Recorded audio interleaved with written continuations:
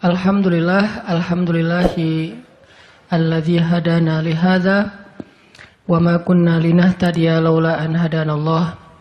Asyhadu an la ilaha illallah wahdahu la syarikalah wa asyhadu anna Muhammadan abduhu wa rasuluh la nabiyya ba'dah. Radina billahi rabba wa bi Muhammadin nabiyya wa bil islami dina. Teman-teman yang dirahmati Allah Subhanahu wa taala, kita malam ini bahas tentang keep happy. Gimana caranya biar kita selalu tenang menghadapi masalah, biar tenang ketika kita tahu nilai kita kayaknya anjlok, biar tenang pas kita tahu judul kita ditolak, lamaran juga sama di hari yang sama lah gitu. Pagi judul ditolak, malam lamaran ditolak. Selama Allah nggak nolak kita kan masih aman nih, karena apa yang di sisi Allah lebih baik. Gimana caranya kita biar nggak panikan ketika ada masalah. Walaupun sedih, itu fitrah manusia sedih. Cuman ada yang sedihnya wajar, ada yang sedihnya sampai berlarut-larut atau putus asa. Bentuk keputusasaannya macam-macam. Ada yang putus asa dengan bunuh diri, loncat dari jembatan, ternyata nggak meninggal, gagal bunuh diri gitu kan. Ada yang putus asanya dengan cara ngelakuin perbuatan dosa, kayak mencuri atau udahlah saya mah nggak mau peduli lagi dengan hal haram, yang penting saya ambil aja semua proyek gitu. Nah, ini putus asa. Ada yang putus asa dengan nggak mau lagi bertaubat. Dia ngerasa aduh kayaknya saya nggak pernah nasuhan nih taubatnya, taubat ulangi lagi, taubat ulangi lagi. Kenapa kita berputus asa minta ampun ke Allah, padahal Allah nggak pernah putus asa mengampuni kita? Kan aneh nih. Allah tuh nggak pernah putus asa ngampuni kita, nggak pernah bosan menerima taubat kita. Allah nggak pernah bilang lo datang ntar pasti besok buat lagi, enggak. Padahal Allah maha tahu kita mungkin besok masih ngelakuin dosa yang sama. Asal kita datang, Allah langsung terima. Seolah-olah Allah tuh kayak husnuzon banget sama kita, walaupun pastinya Allah tahu tentang apa yang akan kita lakukan di masa yang akan datang. Ini artinya kenapa seseorang jadi putus asa, jadi berhenti untuk mencoba, jadi tidak lagi berharap apa-apa, jadi pesimis, jadi tidak survive dalam masalah, jadi penuh khawatir menghadapi hidup. Ada masalah dikit kayaknya udah kiamat dunia, padahal kuota habis doang nih. Langsung, aduh kuota habis jam 11 malam. Biasanya kan jam 11 itu jam chatting tuh sampai jam 1. Atau jam 11 malam kuota habis, padahal tadinya pengen ngebangunin dia. Iya dia gitu kan. Jam 2. Gampang, pakai aja kuota doa. Ya Allah bangunkanlah dia, tiba-tiba dia tetap bangun. Dia bangunin kita akhirnya. Ini bisa aja terjadi. Yang jelas, gimana sih cara biar kita keep happy, tetap bahagia walaupun gak bisa jalan-jalan jauh. Tadinya pengen jalan sama teman-teman, ternyata duitnya gak cukup. Kita lihat teman-teman kerjanya traveling aja.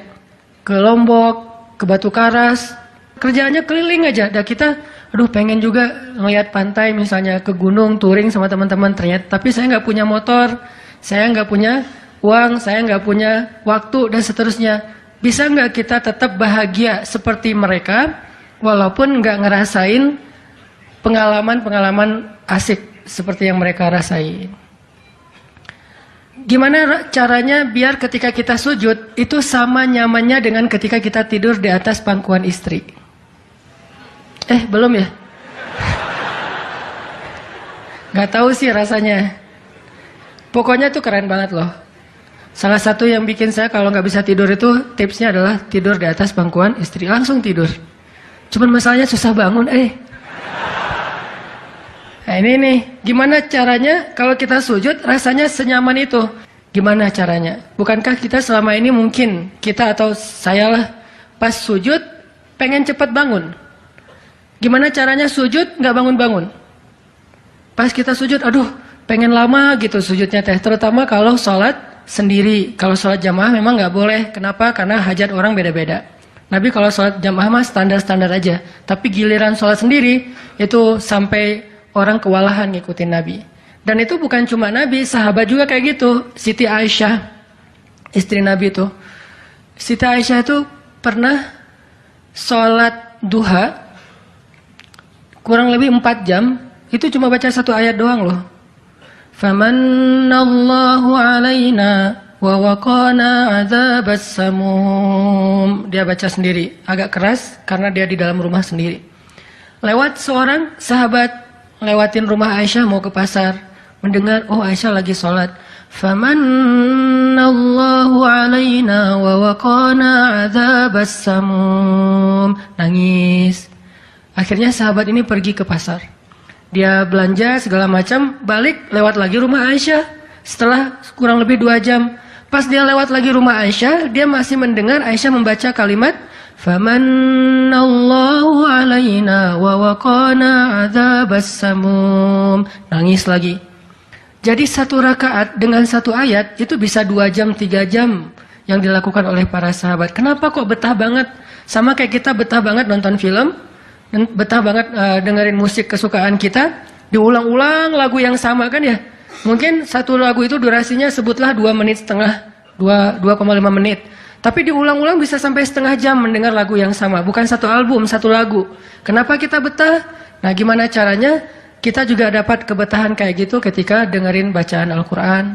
Ketika kita membaca Al-Quran sendiri. Ketika kita sholat, sampai ada istri Nabi sholat sambil ngikat badannya di dinding. Jadi dia bikin tali ke dinding gitu, terus dia ikat badannya, sehingga kalau dia udah nggak kuat lagi dia bersandar dengan ikatan tali di badannya, saking lamanya berdiri sholat. Coba bayangin, berarti kan semalaman tuh. Kalau udah nggak kuat dia berdiri itu sambil badannya keikat di tali.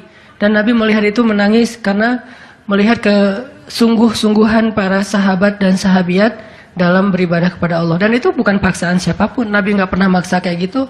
Mereka sendiri berinisiatif. Jadi tutorialnya dibikin sendiri gitu. Duh, saya sholat kalau malam-malam kayak gini jadi agak nggak kuat. Atau saya lagi sakit nih, lagi lemes nih, lagi kurang makan. Ya udah deh, agar tetap bisa berdiri, dia ikat tali, dia ikat ke badannya, terus berdirinya kayak orang-orang setengah sadar gitu.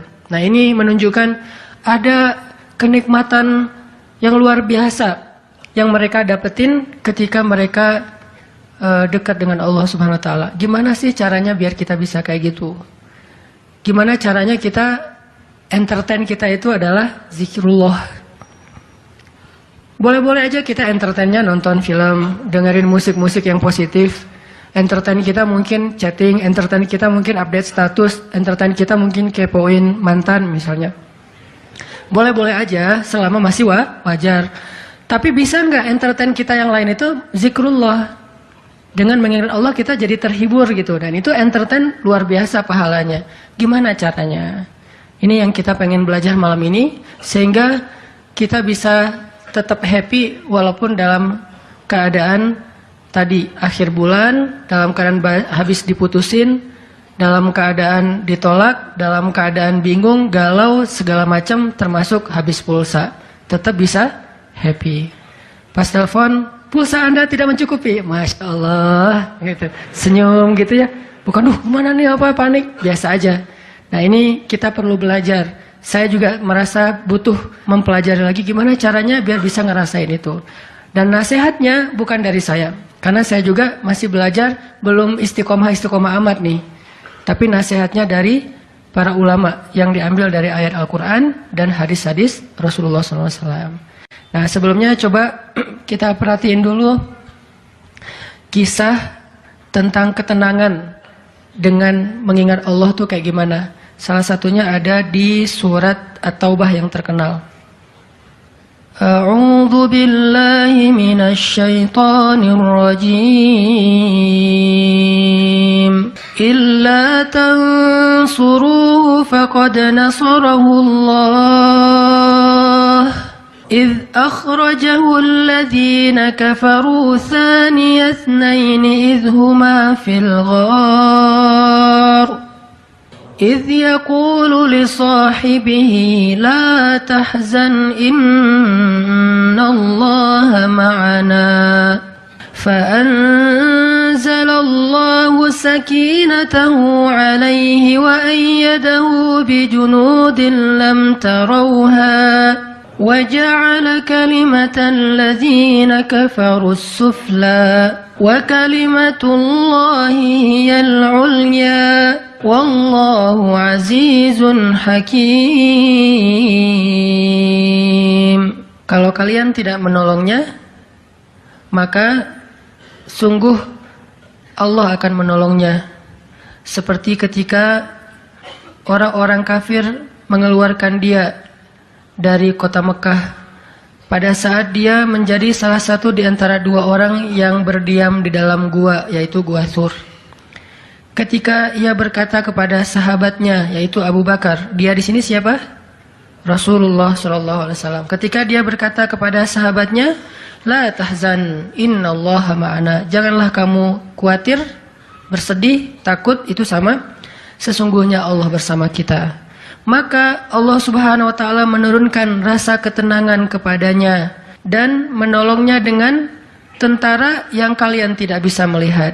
Sehingga Allah menjadikan kalimat orang-orang kafir itu menjadi dikalahkan atau rendah, dan kalimat Allah adalah kalimat yang tinggi, dan Allah Maha Perkasa lagi Maha Bijaksana. Ini kan kata-kata yang paling populer ya, la tahzan innallaha ma'ana. Tips pertama kalau kita pengen bisa lebih tetap tenang, happy ketika kita dalam tekanan adalah kita tuh memang harus punya sahabat yang selalu mengingatkan kita kepada Allah Subhanahu wa taala. Sahabat yang mengingatkan kita kepada Allah. Ini yang terjadi kepada Abu Bakar As-Siddiq. Sekelas Abu Bakar yang imannya sampai ke derajat Siddiq, bukan cuma mukmin loh, Siddiqun.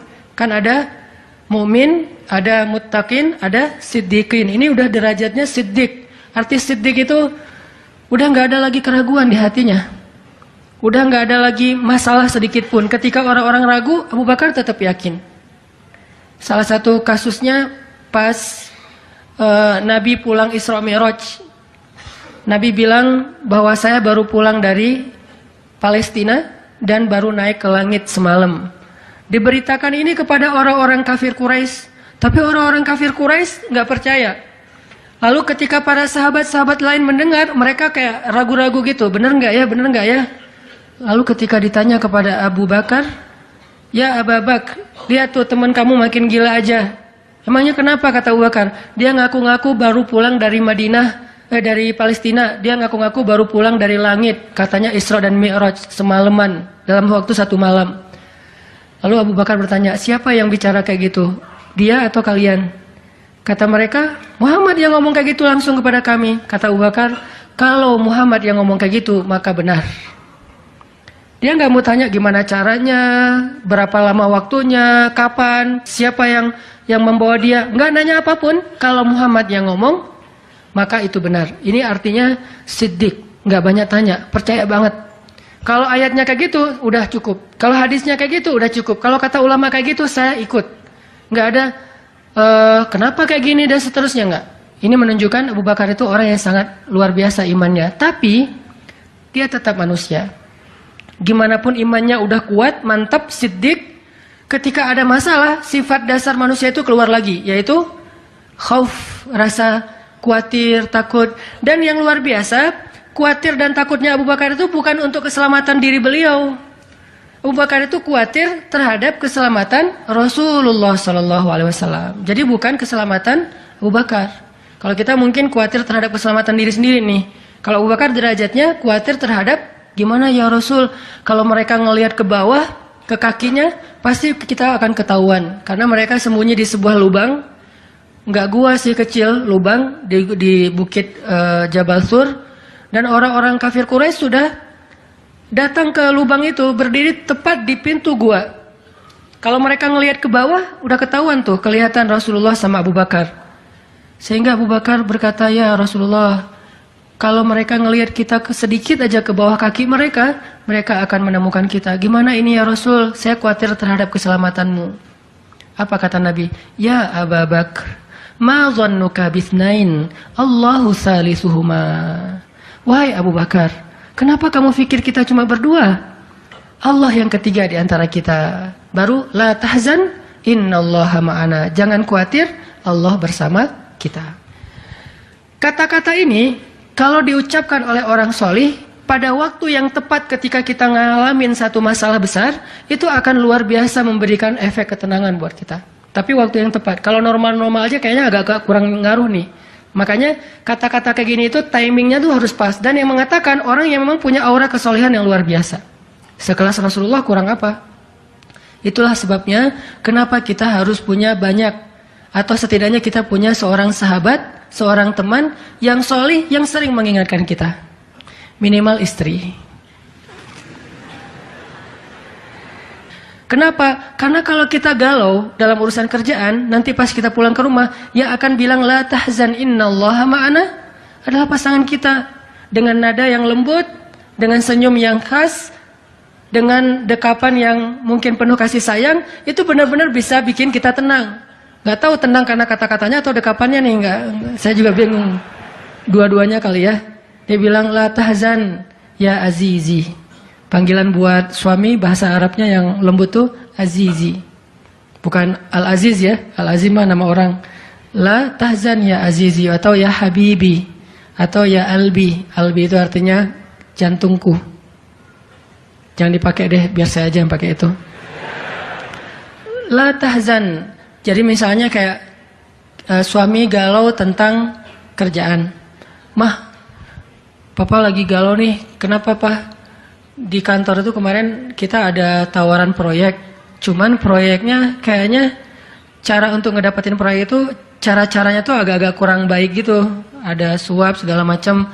Tapi itu proyeknya untung besar loh, Mah. Nah, kalau kita nggak suap, kita nggak akan dapat proyek itu. Ini gimana nih, Mah? Diambil nggak? Kan galau nih. Udah istikharah belum mantap nih hatinya.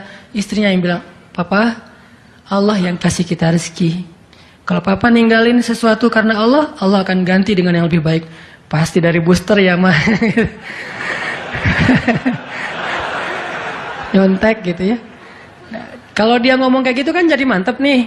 Kayak saya juga pernah ngerasain lagi kayak sedih gitu, lagi galau karena satu urusan. Istri mengatakan, udah serahin aja sama Allah. Kan jadi mantap kan hatinya. Hal-hal yang kayak gini nih. Kalau belum punya pasangan, temen. Sehingga Nabi mengatakan, Al-mar'u ala dini khalilih. Seseorang itu bergantung loh kepada tingkat kesolehan temannya. Kalau temannya soleh, insya Allah dia akan terjaga oleh teman itu ketika dinasihati, diingatkan. Saya aja ngerasa banget yang kayak gitu. Ada masa-masa ketika saya kayak futur. Futur itu teman-teman artinya lagi lemah imannya. Mungkin banyak lalai, banyak main, sedikit manfaat. Walaupun ada juga banyak main, banyak manfaat. Itu mah tagline entah siapa akunnya gitu. Lagi futur nih ya, lagi futur. Lemah, ngerasa bangun tahajud kayak susah gitu. Ke masjid males, zikir gak khusyuk, tilawah Al-Quran gampang ngantuk. Jalan sama seorang teman saya yang dia bukan ustadz sama sekali. Bahkan dia ngakunya belajar ke saya. Gak tahu benar apa enggak. Yang sejatinya mungkin saya belajar ke dia. Lagi jalan, setelin tilawah Al-Quran. Yang baca saya lagi tuh. CD tilawah Al-Quran saya. Saya kan gak pernah mendengar CD sendiri. Pas diputarin itu siapa? Lah itu ustadz. Oh ya. Baca surat Al-Mulk. Tabarakalladzi biyadihil mulku wa huwa ala kulli syai'in qadir. Pas sampai di ayat-ayat tentang jahanam, tentang neraka, tentang apa? Walaqad zayyana as-samaa'a ad-dunya bimasabih dan seterusnya, dia nangis. Dia nyetir nih, dia nangis. Saya ketika ngelihat dia nangis, saya dapat hidayah. Jadi saya dapat hidayah bukan hanya dengan mendengar bacaan itu, tetapi karena dikondisikan oleh seorang teman, saya ngerasa, duh, Masya Allah ya, dia yang dengerin bacaan saya bisa nangis. Saya dengerin diri saya sendiri, nggak nangis. Kan ada masalah nih. Akhirnya saya jadi insaf. Insaf itu kemudian istighfar, astagfirullah, Allah saya kayak ada masalah nih. Mulai belajar dari dia, Pak, gimana sih kok bisa kayak gitu? Ustaz kan lebih tahu ilmunya mungkin, tapi kalau pengalamannya Bapak pasti lebih tahu. Rahasianya apa? Ternyata rahasianya emang dia orang yang nggak pernah dengar yang lain selain mendengar bacaan Al-Quran. Jadi buat dia bacaan Al-Quran itu benar-benar entertain buat dia. Oh, berarti kita harus lebih banyakin lagi dengerin Al-Quran. Kalau kita dengar musik sekali, berarti dengar Qurannya 3 kali harusnya. Baru masih agak-agak proporsional nih. Sehingga gampang kesentuh. Hatinya itu mudah. Tapi pelajarannya tetap teman yang ngebawa kita kepada sesuatu. Ternyata triknya, pertama, mengingat Allah itu kan bukan cuma menyebutkan Allah, Allah, Allah. Tapi ketika kita sedang dalam keadaan bingung, khawatir, galau, sedih, tertekan, panik, tiba-tiba teman kita mengingatkan kita kepada Allah dengan bahasa yang sederhana. Kalau bahasa sederhananya Al-Quran, la tahzan, innallaha ma'ana. Dan itu boleh diterjemahin ke bahasa yang lebih sederhana versi kita. Karena itu bahasa Al-Quran yang mungkin buat sebagian orang nggak dapat nih, karena mungkin nggak paham bahasa Arab. Jadi kalau teman kita lagi sedih jangan bilang, la tahzan dong, innallaha ma'ana. Apaan tuh lu baca Quran gitu ya? Nggak ngerti kan dia? Kita bisa terjemahin, udah tenang aja, Allah yang bantu. Tenang aja, Allah yang beresin. Tenang aja, serahin aja kepada Allah. Allah itu sebaik-baik kita nyerahin sesuatu. Ngomong kayak gitu tuh kena. Kalau timingnya pas kita lagi ngalamin satu masalah. Terutama masalah-masalah kayak masalah rezeki itu paling bikin kita sering panik. Kehilangan sesuatu, ditipu orang, segala macam. Kita bilang, udah nggak apa-apa, nanti Allah ganti yang dengan yang lebih baik. Allah yang ganti gitu. Allah yang ganti. Tenang tuh jadinya. Karena kita sedang mengetuk kembali imannya di saat dia sedang butuh-butuhnya iman itu. Dan itu butuh teman yang bisa mengingatkan kita. Sehingga Nabi bilang, ciri-ciri teman yang baik itu adalah kalau kita ketemu dia bikin kita sering ingat Allah. Dia bikin kita sering ingat Allah. Coba teman-teman renungkan nih, coba dihitung-hitung. Kita kalau ketemu teman ngomongin dunia berapa sering? Terus ngomongin Allah berapa sering? Kan jarang banget kita ketemu teman ngomongin tentang Allah kan? Dan kayaknya nggak tahu juga bahannya mau ngomongin apa tentang Allah. Kita ngomongin tentang Allah yuk. Ngomongin tentang Allah, apaan tuh? Kan bingung dia tuh. Maksud lo qul huwallahu ahad gitu. Atau ayat kursi. Berarti kita belum terbiasa bicara tentang Allah. Nah ini yang harus kita coba latih pelan-pelan nih. Kita lihai banget nih. Bisa smooth banget masuk ke tema tentang dunia. Bisa ganti-ganti topik. Dan semuanya tentang dunia. Tentang kuliner, tentang kerjaan, tentang jodoh, tentang kuliah, tentang pendidikan, tentang apapun. Tentang teman. Bisa dengan mudah dan seru gitu ngomongin tentang dunia teh. Dan itu bukan sesuatu yang dilarang memang. Cuman kok nggak seimbang kita ngomongin tentang Allah Subhanahu Wa Taala? Coba kita belajar cari teman yang udah sefrekuensi dulu. Arti sefrekuensi bukan sama-sama udah baik, sama-sama udah niat pengen memperbaiki diri, sama-sama udah punya tekad kita pengen hijrah nih. Lagi-lagi bukan merasa diri kita lebih baik dari orang lain, tapi yang udah sefaham supaya nggak banyak perdebatan. Ajak dia ngobrol tentang Allah pelan-pelan dan secara bertahap, gak bisa langsung ngejos. Gak bisa langsung, coba lo sebutin rububiyah, asma Allah yang 99 apa aja. Itu mah cerdas cermat ya. Tapi kita ngomongin Allah tuh baik banget loh kemarin gini. Allah aja yang diomongin. Sehari minimal kita ngomongin Allah itu sekali deh. Dan sekali itu jadi obrolan, bukan cuma mention doang ya, tapi obrolan gitu. Jadi diskusi sekali aja sehari dan nggak harus lama, mungkin cuma 5 menit. Kalau kita nggak bisa ngelakuin itu secara spontan, nggak apa-apa di setting. Kita ketemu sama teman kita bikin kayak program gitu. Kita kalau ketemu pokoknya harus sekali sehari ngomongin tentang kebesaran Allah. Coba digituin. Makin sering itu makin akan nanemin satu belief faith di dalam hati kita. Sehingga ketika nanti kita ada masalah diketuk rasa iman itu cepat baliknya. Berarti kita harus cari teman yang mau menasihati kita, bicara bareng kita tentang kebesaran Allah. Dan itu yang dilakukan Nabi Musa dengan Nabi Harun ketika berdakwah, yang Allah sebutin di surat Toha. Nabi Musa mau berdakwah kepada Fir'aun, minta teman supaya bisa mengingat Allah ketika lagi dalam keadaan marah. Soalnya Musa tahu, Musa itu orangnya marah. Kalau udah marah ngeri. Harun orangnya kalem, woles. Sehingga butuh seseorang yang bisa menahan amarah dan emosinya Musa. Sehingga kata Musa, ya Allah beri saya seorang teman yang bisa mendampingi saya dalam dakwah, yaitu Harun. Kay nusabbihaka katsira wa nadhkuraka katsira. Supaya kami sering bisa mengingat engkau. Artinya kalau Musa sendiri marah, lupa sama Allah. Tapi kalau ada Harun, Musa istighfar, astagfirullahaladzim. Gitu. Begitu juga nabi kecil. Ada 2 orang nabi kecil sepupuan. Siapa dia? Isa dan Yahya. Nabi Isa dengan Nabi Yahya. Anak kecil 2 orang nih. Dua-duanya keren. Dua-duanya soleh. Dua-duanya ganteng. Dua-duanya idola. Selebgram lah di masanya. Pokoknya luar biasa nih 2 orang. Cowok. Anak usia, kalau nggak salah Yahya waktu itu umurnya udah sekitar 10 tahun. Isa baru lahir, berarti beda 10 tahun. Pas mereka ABG, beda 10 tahun tapi nyambung ngobrolnya. Pas mereka jalan kemana-mana berdua tuh, yang satu orangnya gampang tersentuh, nangis, yaitu Yahya. Yang satu lagi orangnya tegas, yaitu Isa. Sehingga kalau Isa lagi marah, Yahya yang mengingatkan, Isa tenang. Akhirnya tenang. Pas Yahya terlalu kayak baper gitu, aduh kasihan. Yahya itu kan orangnya kasihan, gampang kasihan, sehingga jadi agak-agak kurang tegas. Kata Isa, nggak bisa gitu dong. Akhirnya diingatkan. Nah ini pentingnya teman. Nabi aja butuh teman. Kalau kita mau kepo dikit nih, kenapa sih Rasulullah memilih Abu Bakar untuk nemenin hijrah? Kenapa nggak Umar gitu, supaya aman? Hijrah bareng Umar, siapa yang berani ngejar coba?